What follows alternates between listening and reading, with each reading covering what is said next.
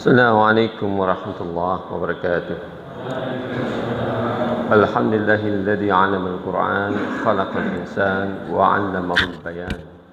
Asyhadu an la ilaha illallah wahdahu la syarika lah wa asyhadu anna Muhammadan 'abduhu wa rasuluh.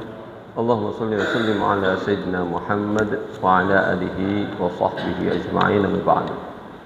Bapak-bapak, ibu-ibu, saudara yang insyaallah dimuliakan Allah Subhanahu wa taala, telah disampaikan pada kajian Ahad, ya.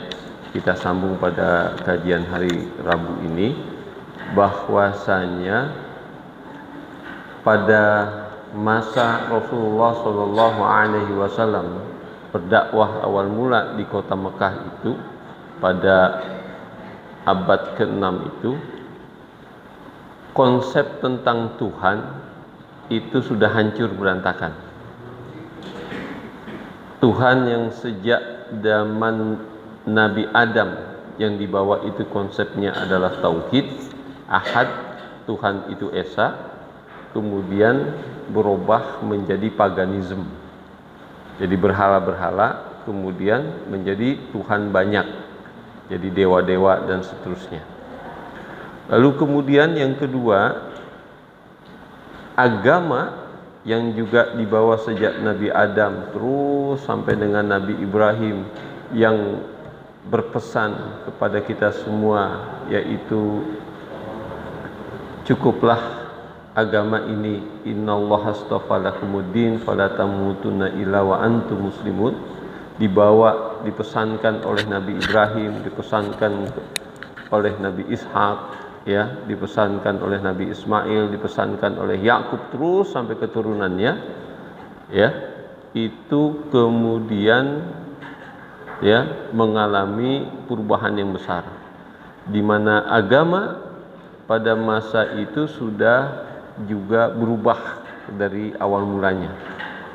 Nanti dalam sejarah bagaimana Taurat itu ya berubah, malah lebih disukai Talmud daripada Tauratnya. Nanti pembahasan lainnya itu.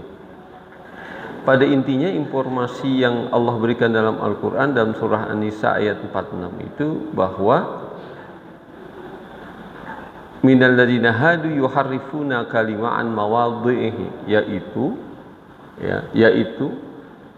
sebahagian orang Yahudi itu telah merubah ya kitab-kitab suci sebelumnya itu dari tempat-tempatnya semula. Ya sudah kita sampaikan, ayat-ayatnya dirubah, diganti-ganti dan seterusnya. Ya, yang kemarin sudah kita sampaikan, yang haram berubah jadi halal dan begitu seterusnya.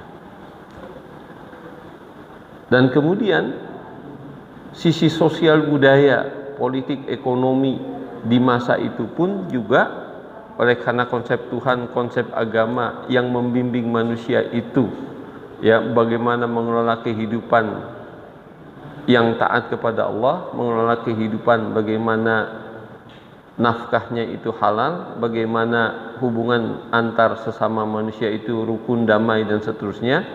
Tapi kemudian kenyataannya ya berubah.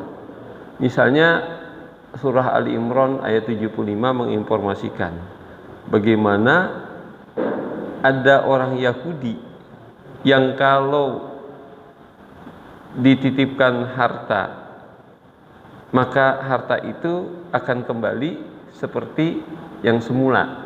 Jadi misalnya dititipkan 10 dinar, maka kembali juga 10 dinar. Tapi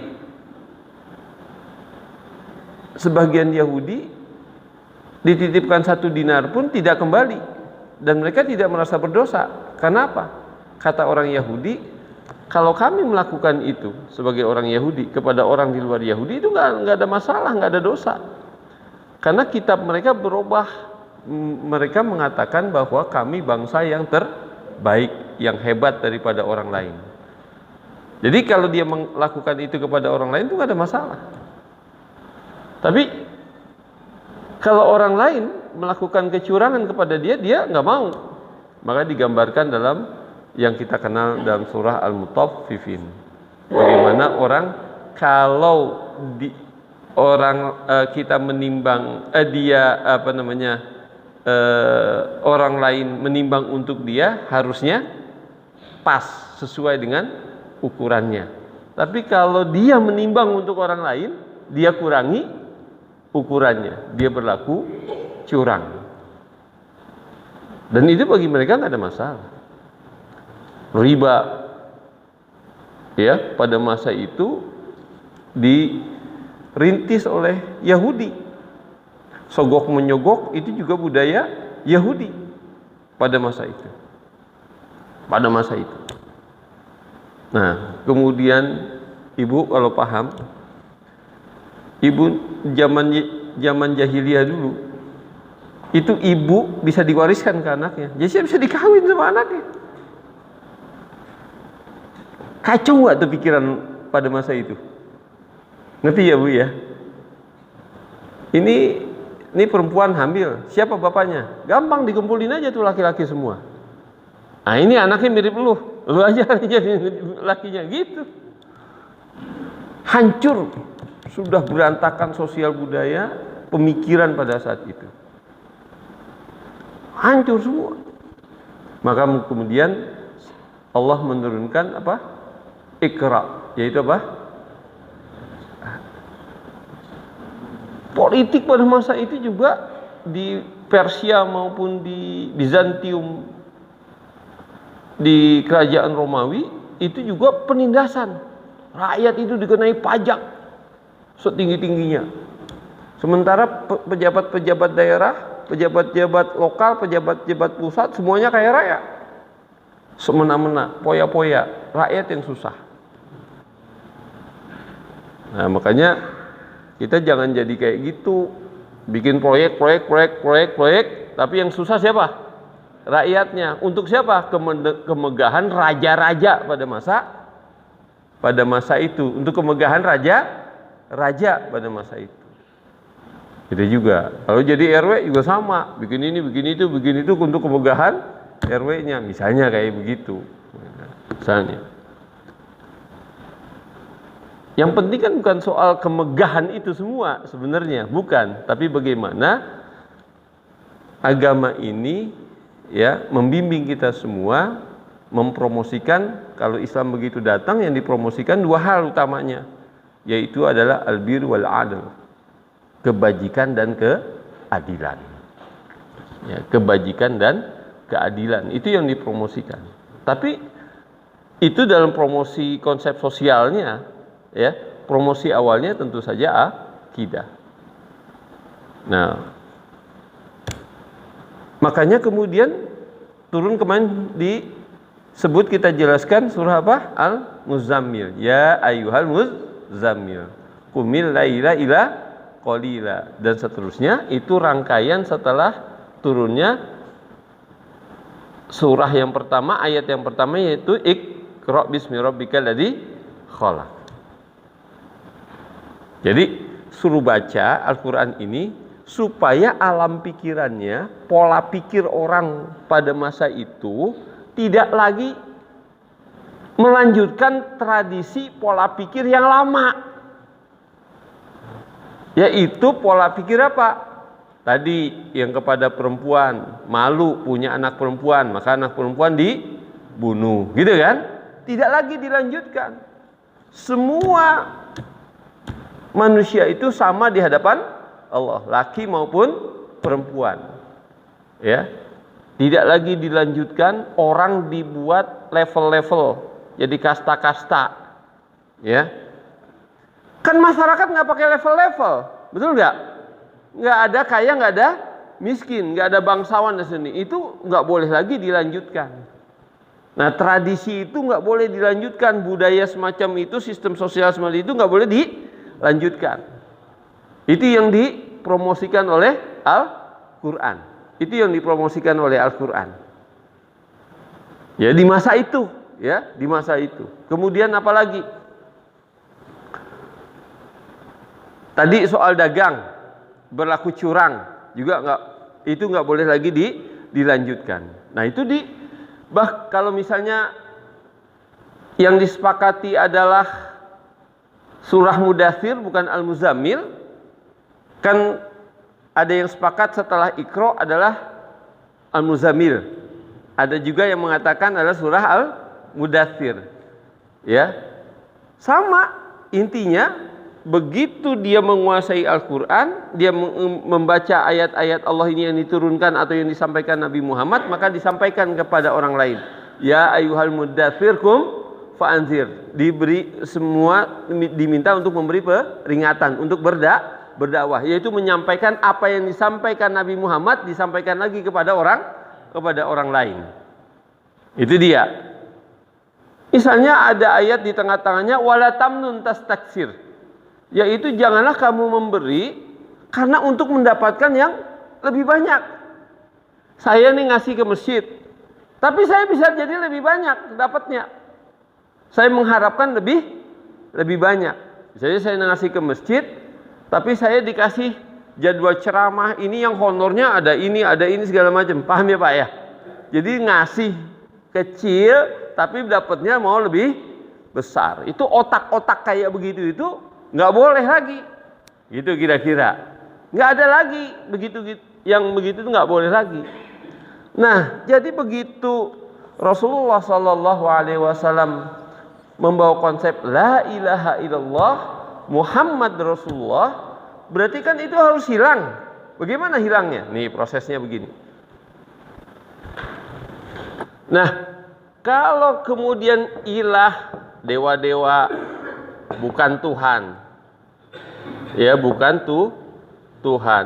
Terus kemudian apa itu berhala-berhala, bukan Tuhan. Kemudian lebih dari satu, apa namanya? Ya, politeisme, bukan Tuhan. Karena yang di bawah ini adalah Allah. Sementara Allah, Allahu Ahad, Allahus Somad. Nah, kalau dalam bahasa Iqra-nya apa?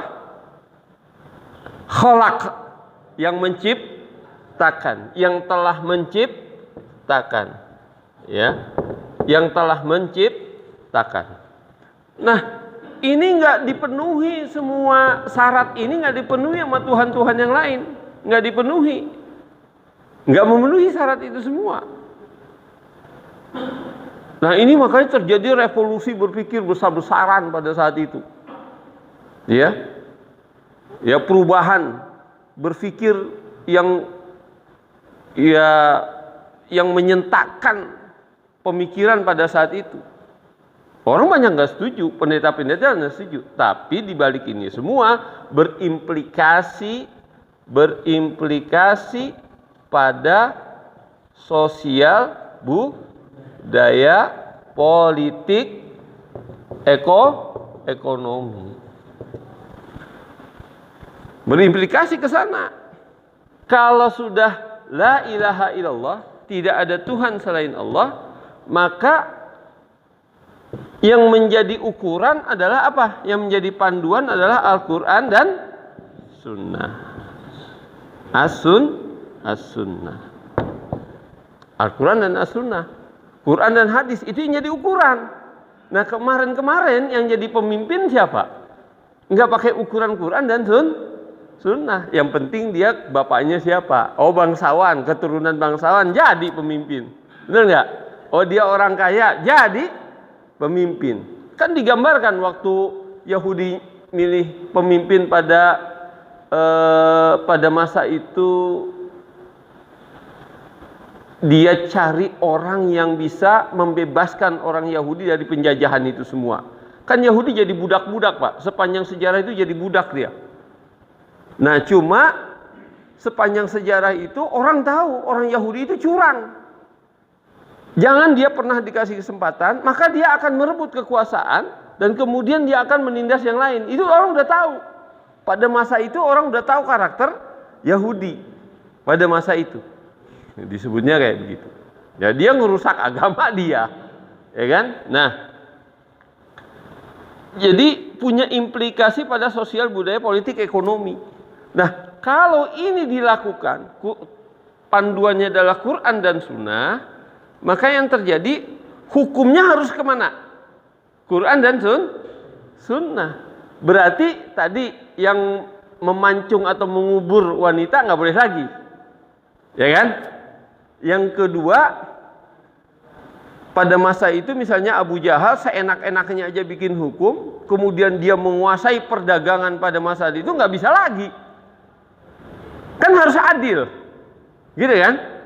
Kemudian riba juga diharamkan, nggak bisa lagi semua. Dan itulah yang mereka tolak. Kalau mungkin berubah Tuhannya saja, ya mungkin mereka nggak terlalu keberatan. Yang jadi keberatan itu punya apa? Implikasi budaya, sosial, ekonomi, politik. Ini misalnya begini, saya bilang tadi Yahudi itu cara berpikirnya Yahudi. Kata dia al-bai'u, ya al-bai'u mislu riba.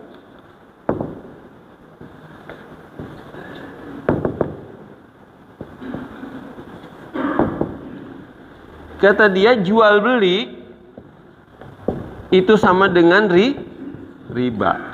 Jadi riba halal, jual beli itu sama riba, kata dia. Itu digambarkan dalam surah Al-Baqarah, itu digambarkan. Jadi jual beli itu sama dengan riba. Jadi nggak apa-apa, nggak dosa, kata dia begitu.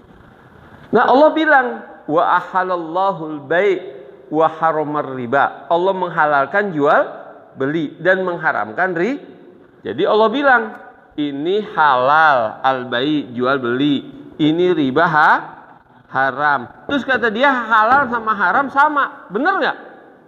Ya nggak bisa. Saya minjemkan uang ibu minjem uang sama saya karena lagi susah, lagi sakit, dan ibu nggak punya uang, minjem berapa? 10 juta, saya kasih pinjam 10 juta. Kalau akadnya pinjam, maka ibu balikin sama saya 10 juta. Kalau akadnya pinjam, akadnya itu pinjam, maka kebalikan apa? 10 juta. Paham ya? Ya. Tapi kalau kita mau berbisnis, nggak boleh pakai riba. Kalau mau berbisnis, maka namanya investasi. Maka akadnya adalah bisa mudharabah, bisa musyarakah. Ibu sama saya bikin usaha bareng-bareng, bapak sama saya bikin usaha bareng-bareng. Modalnya 100 juta, kita masing-masing patungan 10 juta, ada 10 orang. Untung kemudian, misalnya untung juga 100 juta. Nah, untung yang 100 juta ini dibagi. Berarti masing-masing dapat 10 juta. Kata Rasul, kalau mau untung ambil juga resikonya. Jangan mau untung tapi nggak mau ngambil resiko. Nih, saya minjemin duit ke Bapak Heri 10 juta. Saya mau untung, nah bungain aja. Kan nggak ada resiko. Betul nggak? Nggak ada resiko. Nggak boleh begitu. Kalau mau untung kata Rasulullah ambil juga resikonya. Nggak boleh.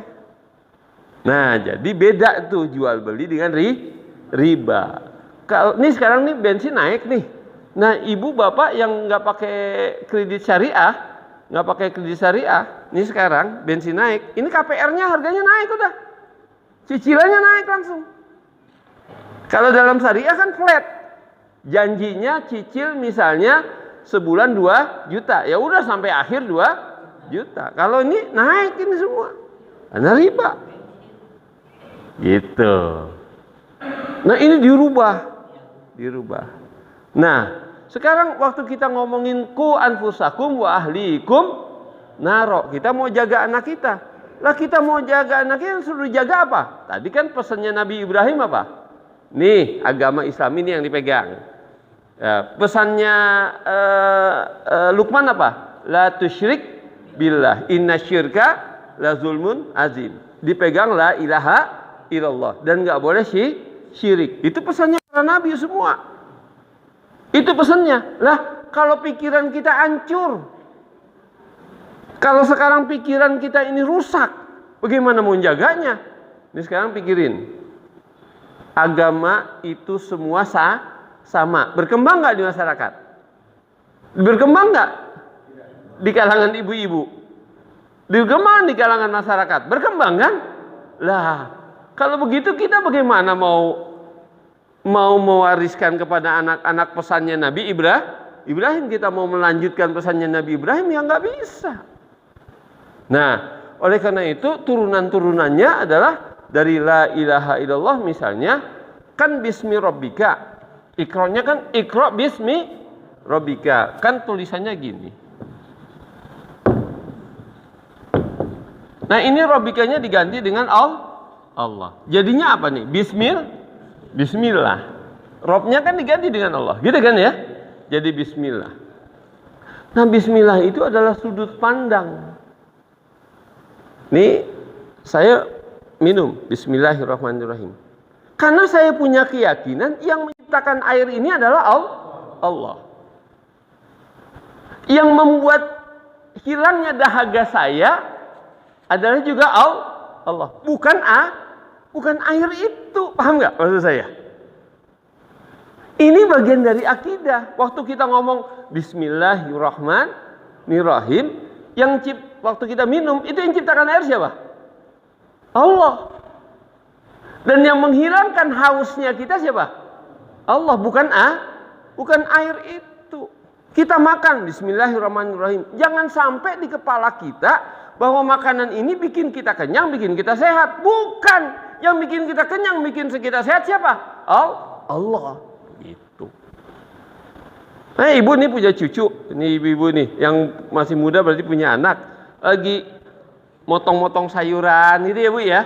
Bagian dariku anfusakum wa ahlikum naruk, ngomong sama anaknya begini, sama cucunya. Ini yang menciptakan sayur-sayur ini Allah.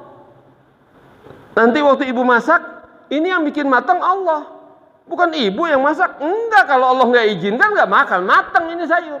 Betul nggak? Gitu. Jadi bismillah itu maksudnya. Bismillah. Nah, dimensi lainnya waktu kita bilang kita mau kerja, keluar dari rumah, bismillah. Kita mau nukang, bismillah. Mau apa aja kita melakukan, bismillah. Karena kita punya keyakinan bahwa begitu ngomong bismillahirrahmanirrahim, maka Allah menyuruh para malaikatnya untuk membantu kita. Makanya bismillahnya yang serius. Jangan sekedar bismillahnya yang serius, sungguh-sungguh. Bismillahirrahmanirrahim. Nah, supaya Allah juga benar-benar serius juga ngirim malaikatnya kepada kita untuk membantu kita. Itu namanya sudut pandang. Sama dengan tadi, riba ini adalah haram. Itu sudut pandang. Tapi ada orang yang ngomong riba itu tidak haram, tapi halal. Nah, itu sudut pandangnya dia. Nah, nggak boleh begitu. Nah, sekarang bayangin aja, bapak lagi susah, dipinjemin 10 juta, harus bayar berkali-kali lipat. Nyekek nggak? Ngebantu nggak itu? Ya enggak lah. Kan logika dia begini, ini logikanya dia. Lah, duit saya ini kalau saya puterin lagi ke tempat lain, ini bakal untung. Bisa berkali-kali lipat. Karena dipinjem bapak, kan saya nggak bisa diputerin ke tempat lain. Kan gitu kan loginya kan? Benar nggak? Kalau saya buat dagang, kan jadi saya harusnya untung. Karena dipinjem bapak, kan saya jadi nggak punya untung. Wajar kalau gitu. Karena saya nggak untung di sini, ganti untungnya dari bapak. Makanya bapak bayar harus lebih. Itu kan gitu kan logikanya ya Pak? Betul nggak? Sekarang pertanyaannya, bapak dagang investasi, pasti untung nggak? Belum tentu Pak. Ada dua pilihannya, bisa untung, bisa rugi. Betul nggak?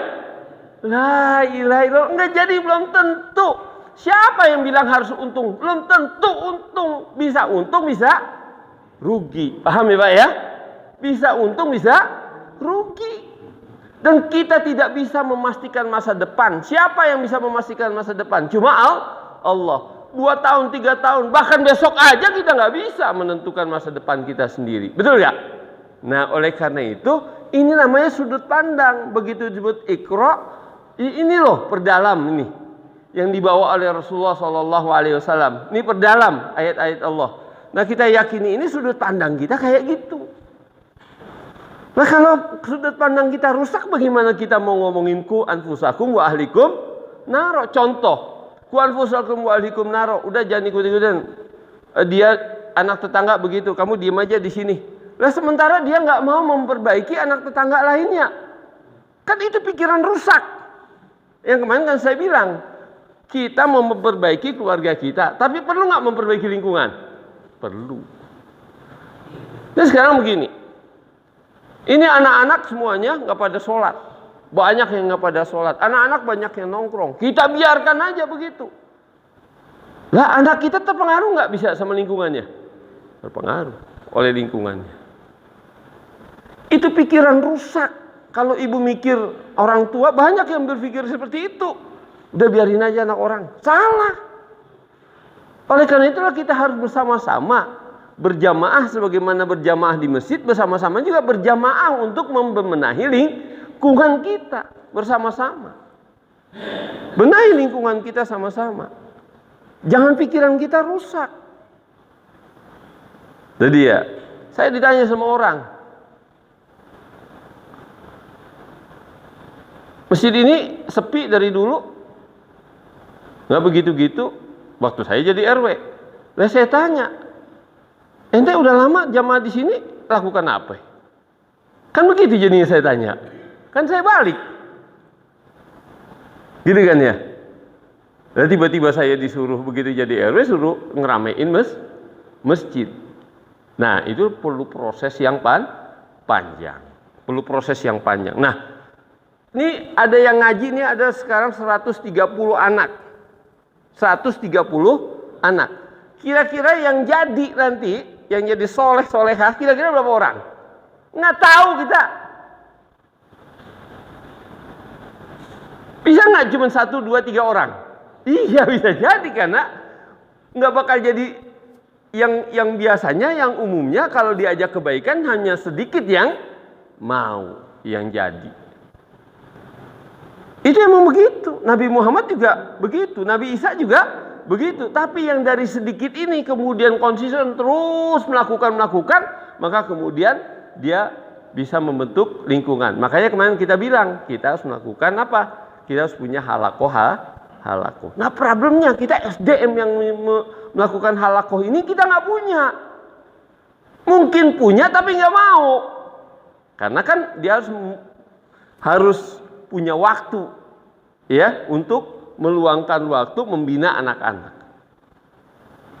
Punya waktu. Saya misalnya di tempat lain, di lingkungan lain diminta, di lingkungan lain ada di lingkungan sini, ada di Pondok Gede, saya diminta. Padahal lingkungan lain. Dari sini ke Pondok Gede berapa, Pak, waktunya? Lumayan, ada macetnya juga zaman sekarang. Jam 8 selesai misalnya jam setengah 11. Yang dilayanin awal-awal berapa? 4-5 orang. Tapi mereka mau ngaji, kita harus layani. Dari 4-5 orang itu ternyata bawa lagi gitu. Yang di rumah saya tadinya cuma 6 orang. Sekarang udah 18 orang. Tadi bawa.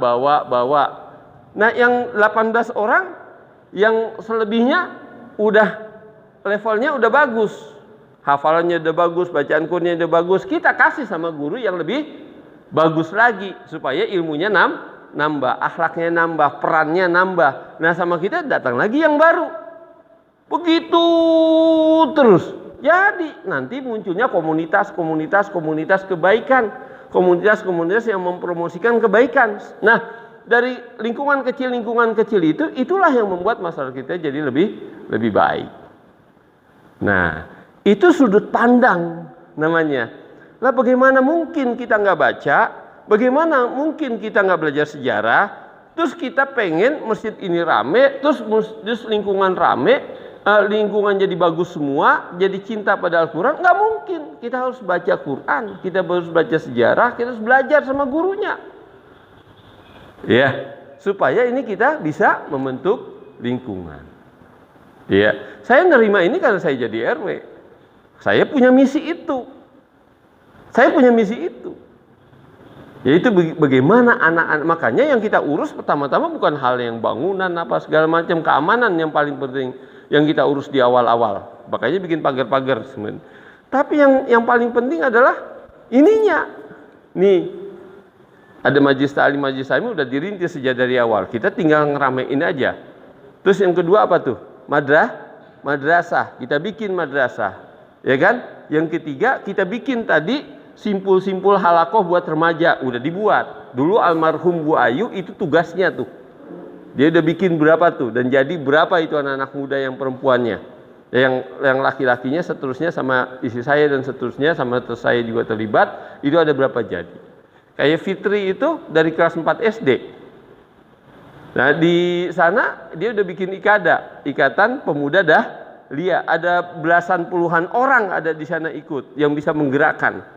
Nah itu dari Fitri misalnya. Ya nggak sempurna memang, tapi mungkin Pak Joko paham, ya kan? Ada Ikada. Fitri yang begitu. Nah itu namanya halakoh yang dibuat Fitri. Nah Fitri sudah ikut juga di PKK. Kan jadi kader dia nanti ke depannya. Usianya masih muda. Nah begitulah kita buat satu buat kayak gitu. Nah istri anaknya Pak Suryadi, Lia, itu udah jadi mentor. Karena kuliah pindah ke Surabaya. Itu dia, baca Qur'annya udah bagus, pemahamannya sudah bagus, dan mau bekerja secara sukarela untuk membina anak-anak adik-adik yang ada di sini, anak-anak ibu semua, bapak semua, cucu-cucu kita yang ada di madrasah. Kita udah jadi mentor. Nah, juga ada beberapa anak remaja yang lain. Itu jadi mentor di sana. Nah, itu kita lakukan. Kita buat seperti itu. Nah, kalau kita nggak begitu, bagaimana ceritanya? Ini anak-anak muda generasi kita seperti apa nanti, gitu kan? Oleh karena lingkungan ini harus kita kuasai oleh anak-anak kita. Nah, oleh karena itu nanti mungkin Pak Heri dengan komunitas goesnya, sepedanya, nah itu bikin acara. Jadi nanti mungkin beberapa saat nanti kita minta sama Pak Heri dengan komunitas sepedanya mimpin anak-anak untuk sepedahan. Tapi selama sepedahan ya, itu ada bagaimana tausiah sebentar, kemudian ada dibuat kebersamaan, kemudian sholat bareng dan seterusnya. Ya kan? Nah, itu adalah pemikat di awal aja. Dan semuanya harus kita lakukan dengan berbagai cara. Dengan berbagai cara. Oke. Terus kemudian ada sholawat. Bunyi sholawat gimana? Allahumma sholli ala Sayyidina Muhammad. Enggak pakai Sayyidina juga enggak apa-apa. Allahumma sholli ala Muhammad wa ala ali Muhammad. Di situ ada kata Allah, baru ada kata Muhammad. Kenapa ada sholawat diajarkan seperti ini? Sebelum-sebelumnya pada sebelum abad ke-6 itu orang-orang besar itu pasti kalau hebat semuanya dianggap dewa. Bahkan dianggap diberi sifat-sifat Tuhan. Diberi sifat-sifat Tuhan itu dia. Nabi Isa dituhankan enggak? Dituhankan. Nah, dengan sholawat bunyinya Allahumma sholli ala Sayyidina Muhammad wa ala ali Muhammad, Allahnya sebagai apa? Yang memberi kepada Nabi Muhammad. Ya kan? Yang memberi kepada Nabi Muhammad. Dengan begitu, karena Allah yang memberi kepada Nabi Muhammad Tuhan bukan? Bukan, yang Tuhan adalah Allah. Nah, itu dia. Itu sudut pandang. Makanya nggak ada yang bisa menuhankan Nabi Muhammad. Kalau nggak ada sholawat, bisa jadi Nabi Muhammad itu jadi Tuhan. Paham ya Pak ya? Itu ikro, sudut pandang. Kita harus benahi sudut pandang kita itu. Nah, itu benahi sudut pandang itu. Jadi kalau kita doa mau makan, Allahumma barik lana fima razaqtana wa qina adzabannar. Sudah makan, alhamdulillahilladzi at'amana wa saqana wa ja'alna minal Jadi yang kita makan itu adalah kita minta kepada Allah ini jadi berkah. Setelah kita makan, bikin supaya energi kita ini membuat kita semakin jadi muslim. Itu maksudnya, wa ja'alna minal muslimin. Kalau menjadi muslim berarti ini dapat makan, ya sholat dong. Paham ya? Kalau makan, ya sedekah dong. Makan berbuat baik dong sama orang. Ya, jadi energinya jangan buat males-malesan, energinya malah buat maksiat, mana energinya malah merugikan orang lain. Kita makan energinya diri kita supaya jadi muslim. Ya, maksudnya jadi muslim apa? Tunduk patuh kepada Allah, jadi muslim. Itu dia. Jadi sudut pandang ini yang mau disampaikan oleh Rasulullah SAW sejak dari awal. Sudut pandang itu. Nah, kita sekarang juga pola pikir kita ini juga relatif berantakan. Ini misalnya relatif berantakan. Nih Bapak Ibu, anak-anak kita sekolahkan. Kita pengennya anak-anak kita jadi juara. Kalau anak kita nggak jadi juara, anak kita dimarahin. Nilainya berapa? Kan ibu-ibu suka begitu. Yang sekolah itu bukan soal anak jadi juara, bukan. Ini ada cerita begini. Ini ada telur matang, ini ada telur mentah. Bisa bedakan nggak telur matang yang udah direbus sama telur mentah, bisa dibedakan nggak dari jauh? Dari jauh bisa nggak dibedakan, Bu? Enggak kan? Sama aja kan, telur mentah sama telur matang. Nggak bisa hampir-hampir nggak bisa dibedakan. Kita bisa bedainnya kapan? Banting. Telur mentah gimana? Pecah, keluar kuningnya. Kalau telur matang, masih paham ya? Ya, nah orang itu yang paling penting itu matang di dalamnya, matang akidahnya. Jangan kelihatannya gagah tapi mentah. Nah, akidah itu bikin matang.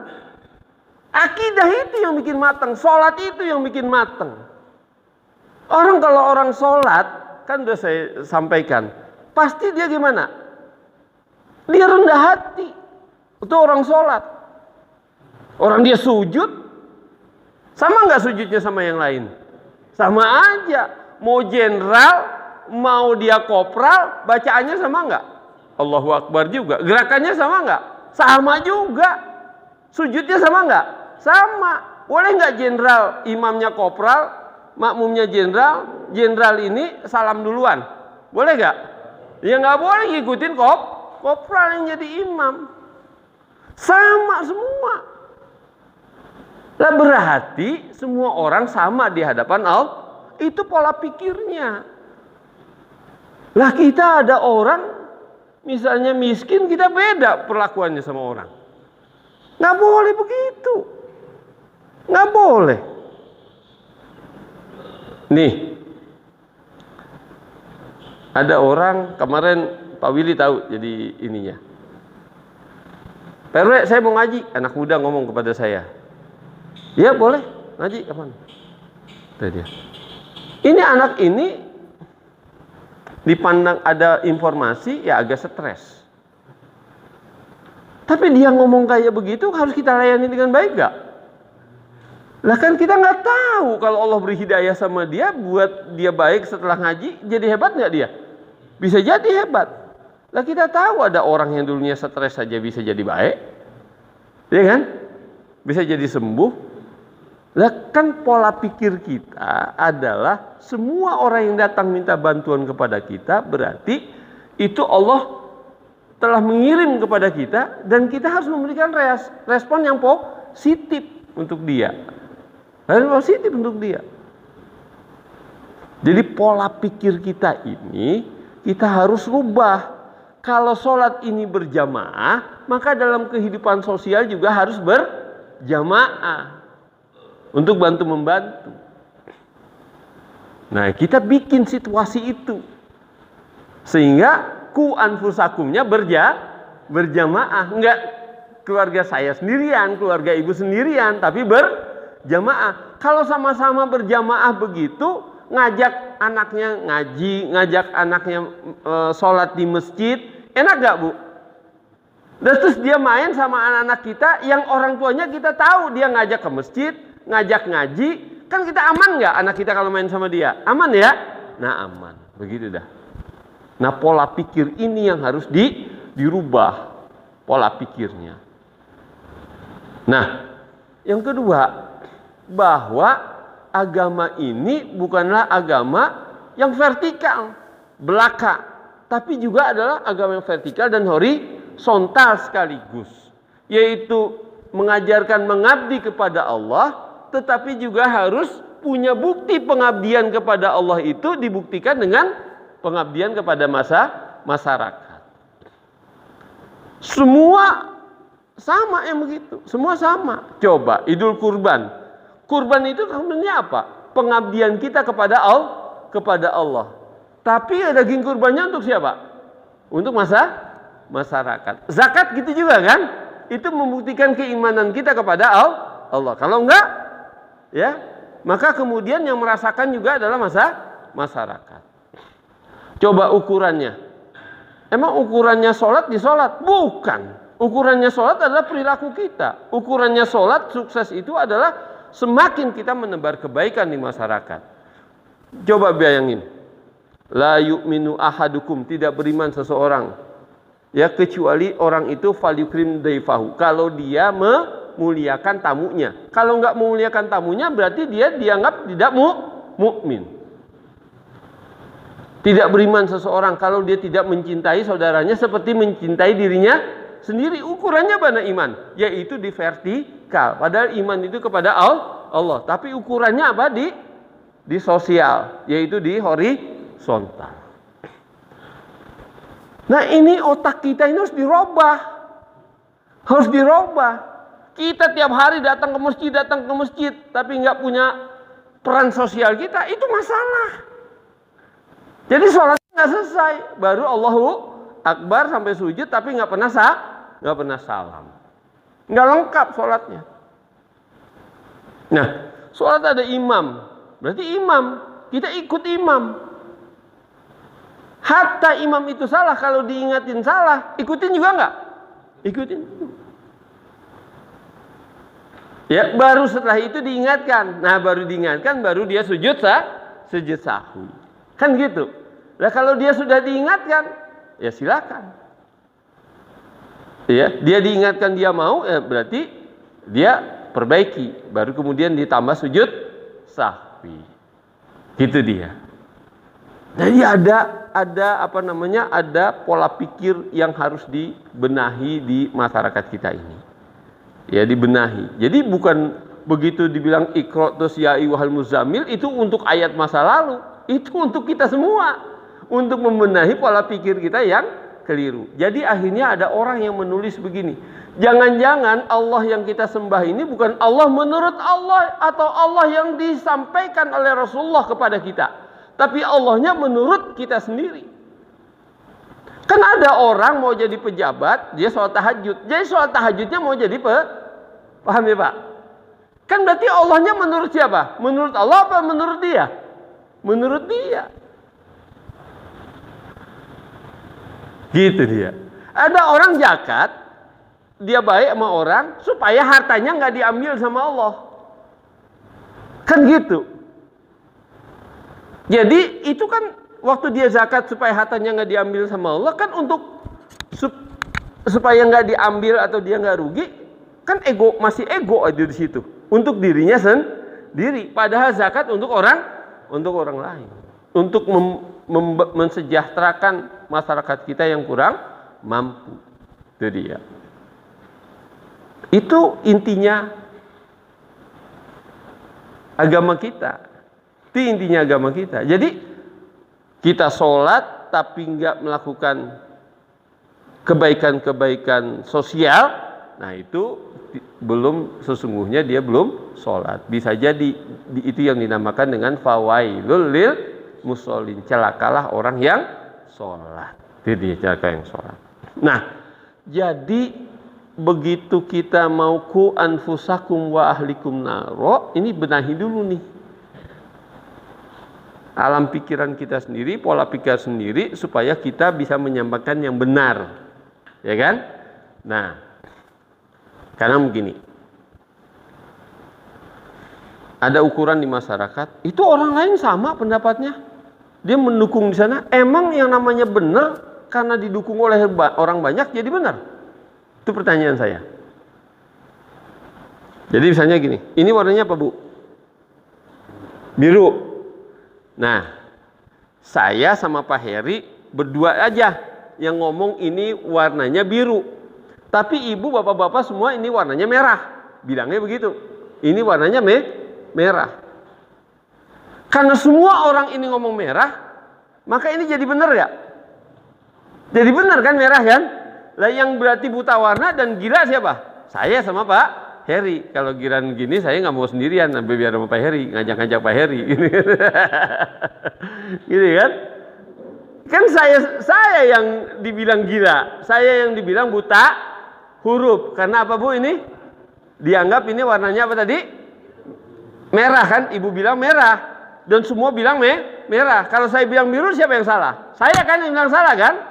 Lah Quran bilang al-haq min rabbik fala takunanna minal mumtarin. Yang benar itu adalah dari Allah. Bukan karena orang banyak ngomong ini benar, kemudian itu jadi benar. Standar kebenaran itu dari Allah, bukan dari yang lain-lain. Bukan karena banyak kemudian itu jadi benar. Bukan. Udah selesai jadinya. Ini harus saya sampaikan. Kenapa? Ini harus dilanjutkan bersama-sama. Ya. Ini yang udah dirintis di masjid ini, dirintis di masyarakat ini, kerukunan antar RT ini harus dirintis bersama. Kita sudah pernah bikin kerja bakti seluruh RW. Jadi RT-RT yang lain membantu RT yang lain. RT yang lain misalnya dulu Palem, RT 3, RT 4, yang dari Mawar sini sampai RT 12 ke sana juga ikut membantu. Dari Kamboja ikut membantu. Yang dari sana giran sini juga datang ikut membantu. Dari sini membantu yang RT 1, RT 2. RT 1, 2 juga membantu sini. Sudah kita lakukan kebersamaan. Dan kemudian kita kebersamaan melalui cara-cara yang lain sudah kita kurban, sudah. Kemudian apa lagi? Apa itu namanya Pak? Jimpitan sudah. Kemudian apa lagi yang sudah dilakukan? Seperti jalan jalan sehat ya Bu ya, jalan sehat, besok ada senam, itu adalah simpul-simpul kebersamaan. Nah itu kan perlu biaya, perlu tenaga, perlu ini, itu kalau nggak dilakukan bersama-sama berat. Harus kita bersama-sama, harus berjamaah. Nah oleh karena itu jangan pelit. Karena kalau punya dana seberapa dana ya kasih aja.